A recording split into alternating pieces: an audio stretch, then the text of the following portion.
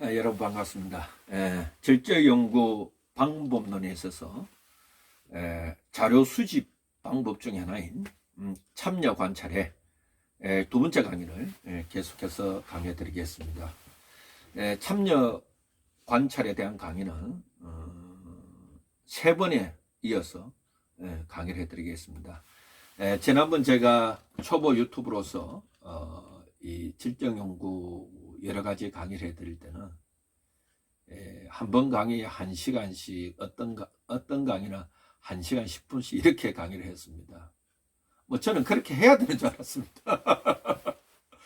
그런데 지나서 제가 피드백 받고 또 방송국에 있는 또 지인인 PD를 만나서 또 조언도 구했습니다. 그러니까 그 PD가 조언해 주기를 교수님 이런 강의 하실 때 1시간 계속해서 강의하지 말고 할 수 있으면 뭐 15분에서 20분 끊어서 강의하래요.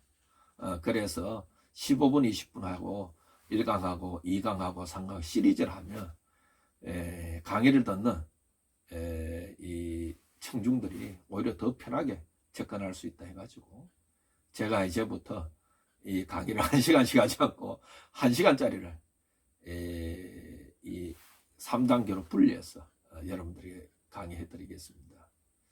여러분 어떻게 했었든지 또 유튜브를 통해서 여러분을 만날 수 있게 돼서 참 기쁩니다. 그리고 또 하나는 이렇게 제가 하는 지식을 또 여러 사람들에게 참 공유할 수 있다는 것도 또 가르치는 사람은 참 행복한 것 같습니다. 이제 두 번째 관찰자의 관여 정도인데요. 이게 뭐냐면 참여 관찰에 5가지 형태가 있습니다. 이거는 이 골드란 학자가 1958년도에 골드란 학자가 이 질적 연구에 대해서 얘기하면서 참여 관찰의 5가지 형태를 이렇게 소개해 놓고 있습니다. 그것을 패턴이란 학자의 책에서 우리가 아이디어를 가져왔는데요. 이걸 하나하나 살펴보면서 5가지 형태에 대해 살펴보면서 그 중에서 제가 보기에 질적 연구를 할 때 어떤 것이 가장 좋은지 제 견해를 또 한번 얘기해 드리도록 하겠습니다. 먼저 이 질적 연구에서 참여 관찰의 5가지 형태인데 쉽게 말해 이런 겁니다. 주어가 황제를 이용할 때 연구자가 이렇게 생각하시면 됩니다. 연구자가 현장에 들어가서 참여 관찰을 어느 정도로 해야 되는가 이런 뜻입니다. 그럼 우리가 3가지 질문을 통해서 이 강의를 시작할 수 있습니다. 여러분들도 이 3가지 질문 한번 여러분 나름대로 대답을 한번 해보시기 바랍니다.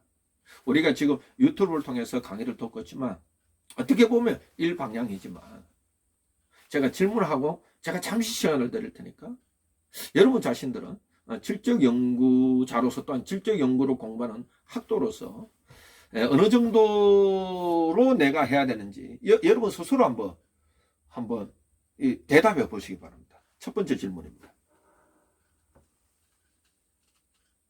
연구자는 참여자가 되기를 원하는가?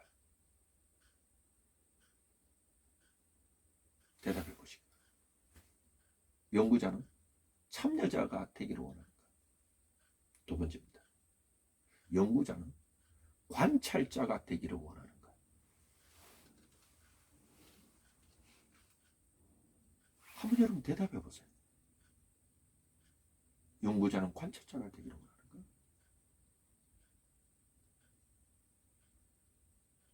연구자는 참여자가 되기를 원하는가? 세 번째 질문. 연구자는 참여 관찰자가 되기를 원하는가?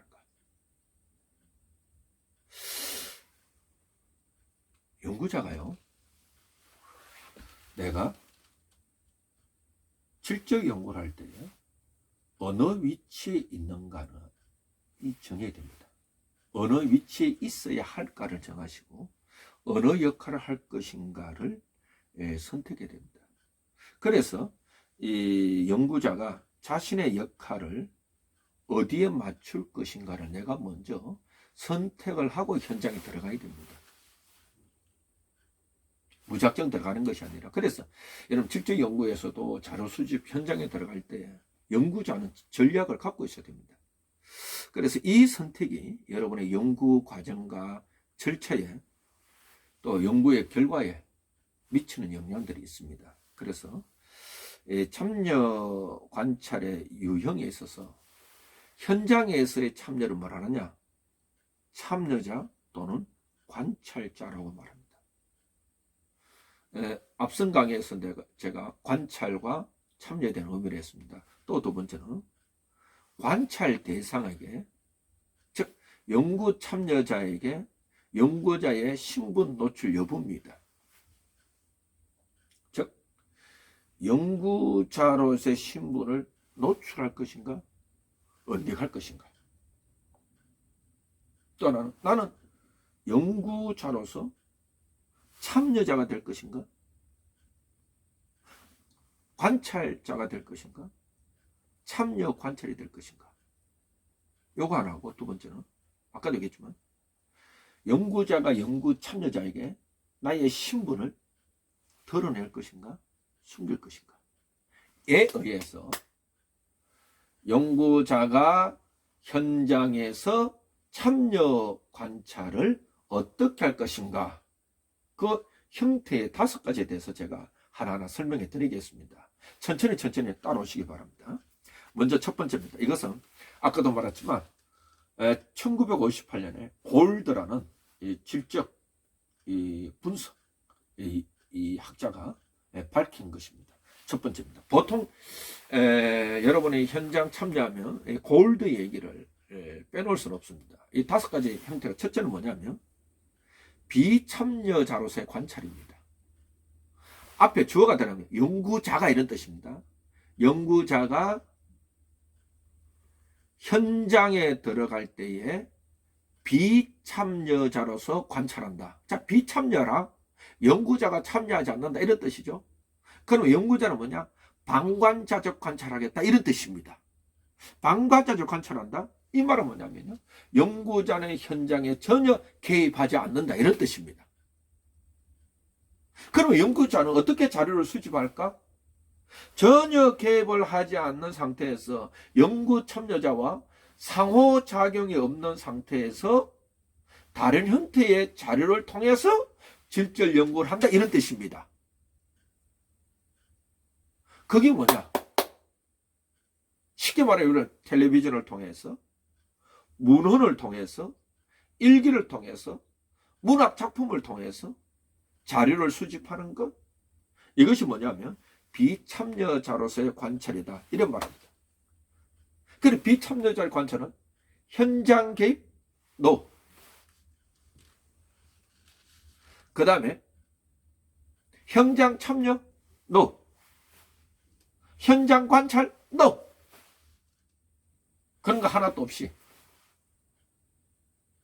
상호작용 없이, 연구 참여자와 상호작용 없이 그 외에 다른 자료를 통하여서 자료를 수집한 것, 이것이 비참여자로서의 관찰입니다. 두 번째입니다. 완전한 관찰자로서의 참여 관찰이다. 자, 여기 중요하죠. 주어가 연구자가입니다. 연구자가 완전한 관찰자로서의 참여 관찰이, 자, 관찰하면, 아까 얘기했습니다. 관찰하면, 질적 연구에서의 관찰이라면 연구자와 연구 참여자의 상호작용이 없는 것, 이 관찰입니다. 참여는 연구자와 연구 참여자의 상호작용이 있는 것, 참여입니다. 자, 그러면 여기서 뭔 말이야? 완전한 관찰자로서의 참여 관찰은 뭐냐면, 자, 이거 먼저 예스입니다. 연구자가 현장에 참여했다. 예스입니다. 현장에 참여했다는 것이 쉽게 말하면 뭐 상호작 이런 차, 연구자가 직접 현장에 들어간다. 예스입니다. 그러나 연구자가 연구 참여자와는 상호작용이 있는 것이 아니다. 좀 어렵죠? 즉, 연구자는 연구의 현장에는 들어갔는데 전적으로 이 연구 참여자와 상호작용이 없이 맥락의 밖에서 그냥 바라본다는 이 뜻입니다. 그래서 연구자는 연구 참여자들에게 발견되지 않습니다. 그래서 연구 참여자는 연구자가 누구인지도 모릅니다. 전혀 발견되지 않습니다. 쉽게 말해 이런 거예요.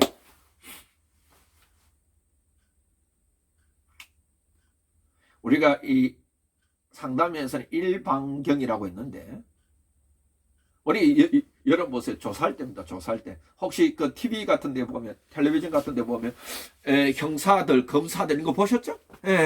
보통 우리나라나 외국에도, TV 뭐, 형사가 조사라고 검사가 조사를 할 때 보면, 이 조사관, 경찰이든 검사든, 조사관은 딱 한 명 들어갑니다. 근데, 그 안에는 또 유리가 다 되어 있습니다.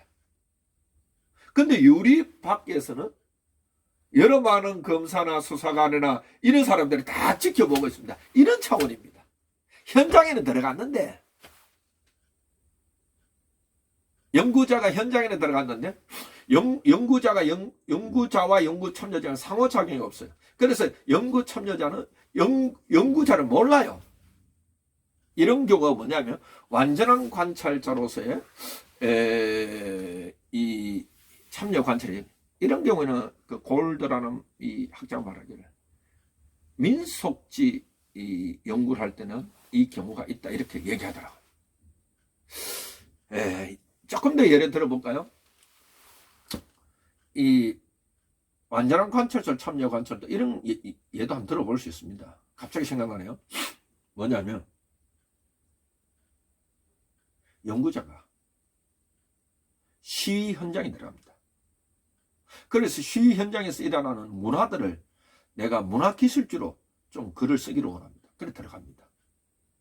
연구자가 참여했습니다. 근데 시위 현장에 있는 사람들은요, 이 연구자가 무엇을 연구하는지 모릅니다. 아무것도 몰라요. 연구자 자신 말아요. 연구자 자신 말아서 이 시위 현장에 들어가서 현장에 들어갔죠. 관찰을 합니다. 근데 상호작용이 없어요. 관찰을 통해서 자료를 수집합니다. 이게 뭐냐면 완전한 관찰자로서의 참여 관찰이라는 뜻입니다. 참여했다는 거 참여 관찰입니다. 두 번째, 참여자로서의 관찰자입니다. 자, 참여했다. 이게 말은 뭐냐면요, 연구 참여자들은 연구자를 알고 있다, 이런 뜻입니다. 이 말은. 그래서 연구 참여자들은 연구자를 알고 있다.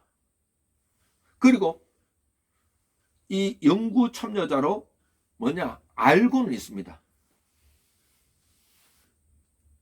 그래, 연구자가 이 연구의 참여자로 알려져는 있습니다. 그러나 뭘 하지 않느냐? 참여자로서의 관찰자라는 것은 참여를 했는데, 연구 참여자가 참여를 해서 연구 참여자들이 연구자를 알고는 있습니다. 그러나 뭐 하지 않느냐? 연구자와 연구 참여자 간의 상호작용이 없습니다. 멤버십이 없습니다. 우정관계가 없습니다. 신뢰관계가 없습니다. 이것이 참여자로서의 관찰입니다. 현장은 참여했습니다. Yes. 현장을 관찰합니다. Yes. 그러나 현장에 머무르지 않는다. 머무르지 않는다는 것은 있긴 있는데, 연구 참여자와 이 상호작용이 없다 했던 것입니다. 신뢰관계가 없다는 것입니다. 그러니까 뭐가 약한 줄 아세요?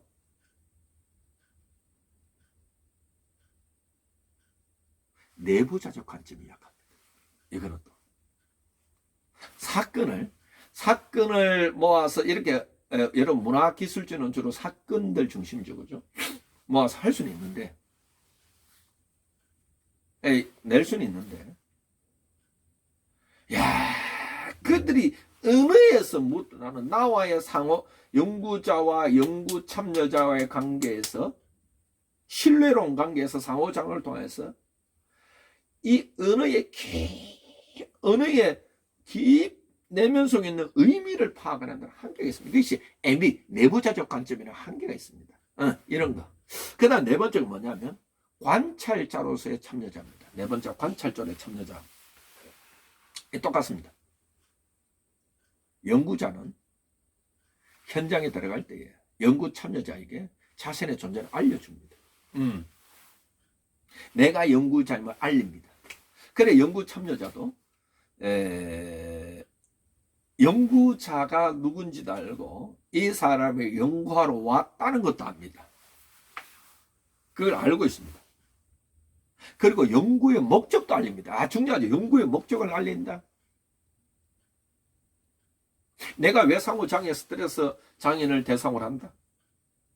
그러면 내가 그 연구 참여자에게 내가 연구자요 알리고 이번 연구의 목적은 이러이러이러이러이러이러이러는 것이요 알려줘서 연구 참여자도 그 연구의 목적을 아는 것 이것이 관찰자로서의 참여자입니다. 이거는 뭐냐면 관찰자로 참여자는 것이 이것이죠. 연구자와 연구 참여자 간의 상호작용이 일어납니다. 신뢰 관계가 형성됩니다. 자, 그렇지만은 이때 연구자는 현장에 있지 않고 출퇴근을 하면서 현장에 참여하는 것 이것이 관찰자로서의 참여자입니다. 즉 중도적인 입장에서 중도적인 정도 참여하는 것 이 관찰자로서 참여자입니다. 일반적으로 이렇습니다. 질적 연구를 수행할 때 여러분들이 사례 연구라든지 또 특히 현상학 연구라든지 내러티브 가운데서도 일반적으로 생애사 연구라든지 이런 것들은 대부분이 관찰자로서의 참여자 역할이 좋다 이래 말합니다. 질적 연구에서. 그래서 여러분들도 질적 연구를 공부를 하고 또 질적 연구를 또 논문을 쓰고자 하시는 분도 제가 볼 때는 학문의 세계에서 문화기술지 외에는 참여자로서의 관찰자가 특히 현상학 연구를 하시는 분들에게는 또 생애사 연구를 하시는 분들에게도 이것이 적절한 참여 관찰 정도가 아닌가 이렇게 생각합니다. 참여 형태. 그러니까 여러분들하고 이 강의를 듣는 분들도 논문을 쓰실 때도 여러분 이런 부분을 써놔야 됩니다. 연구자가 어느 정도 참여 형태를 가지는가에 대해서 나는 연구자는 관찰자로서의 참여자 역할을 했다 이렇게 명시하는 것이 여러분의 논문의 가치를 높이는 데 굉장히 좋습니다. 여러분 아시죠? 좀 뭐냐 압축된 언어, 논문에서는 압축된 언어 그리고 고급 언어 고차원적인 언어 이런 한두 단어가 여러분들의 질적 연구를 심사하는 심사위원들이 얘는 질적 연구를 알고 있군 이렇게 되는 겁니다. 이 한 단어가요. 그래서 질적 연구를 할 때도 내가 질적 연구를 알고 질적 연구 논문을 쓰느냐 모르고 쓰느냐에 따라서 엄청난 차이가 있습니다. 그러니까 여러분 질적 연구를 아는 심사위원들은요 이 단어 하나 보고도 얘가 질적 연구를 뭔가 알고 했구나 수행했구나 얘는 질적 연구의 기본도 모르고 그냥 다른 사람들이 하는 논문들을 보고 그냥 했구나 이 대부분 파악되죠. 그죠?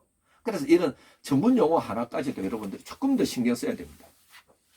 그래서 이 관찰자로서의 참여자의 공헌은요 내부자적 관점을 갖고 있다는 겁니다. 두 가지다. 에믹의 관점과 에틱의 관점. 내부자적 관점과 외부자적 관점을 동시에 갖고 있다는 것이 관찰자로 참여자의 참여 형태 아닌가. 자, 마지막으로 마지막 5번째가 완전한 참여자입니다. 이거 말 그대로 완전한 참여자입니다. 참여가 뭐요? 연구자가 관찰 현장 속에 들어가서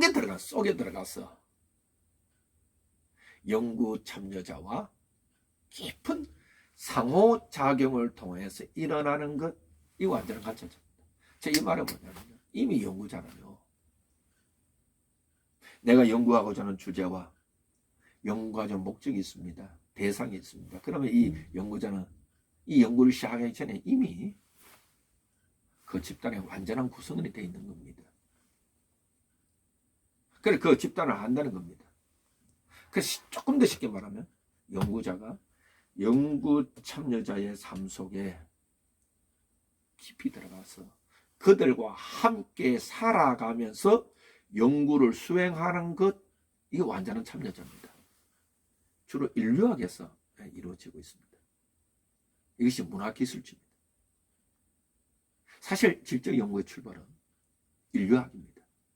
인류학에 나온 것이 문화기술주의입니다. 그래서 이 인류학이나 문화기술주의에서는 연구자가 완전한 참여자로서 그들의 삶의 속에 깊이 들어가 가지고 그 안에서 의미를 찾아내는 것, 이것이 완전한 이 참여자면서 완전한 참여 관찰이다, 이렇게 보는 겁니다. 오직 이 내부자적 관점을 가지고 그들과 함께 생활하면서 그들의 삶을 드러내주는 것이랍니다. 이게 중요한 거죠. 질적 연구에서 지금까지 참여 관찰의 5가지 형태에 대해서 우리가 살펴보았는데, 여기서 참여 관찰자의 역할이 무엇이든 과제는요,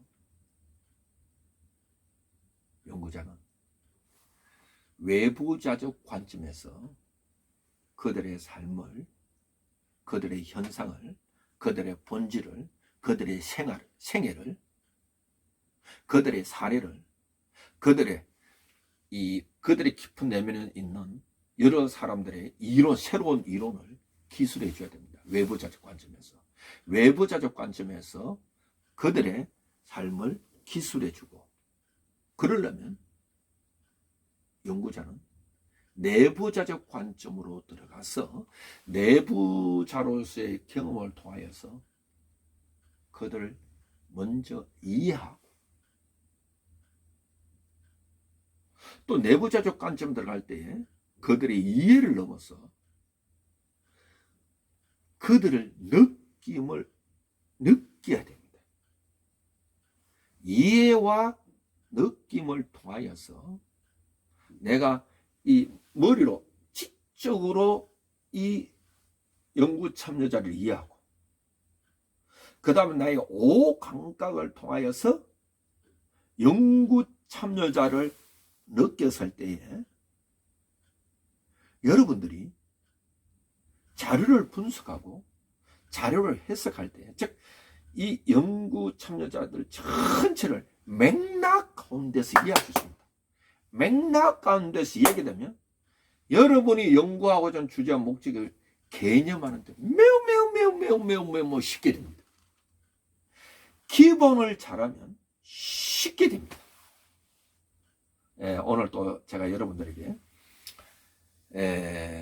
질적 연구 방법론에서 자료 수집의 2번째 참여 관찰 중에서 2번째 강의에서 시리즈로 참여 관찰의 5가지 형태에 대해서 강의를 해드리겠습니다. 또 3번째 강의에서는 참여 관찰의 단계 및 방법에 대해서 간략하게 강의를 해드리겠습니다. 여러분들이 제 강의를 경청해 주셔서 감사합니다.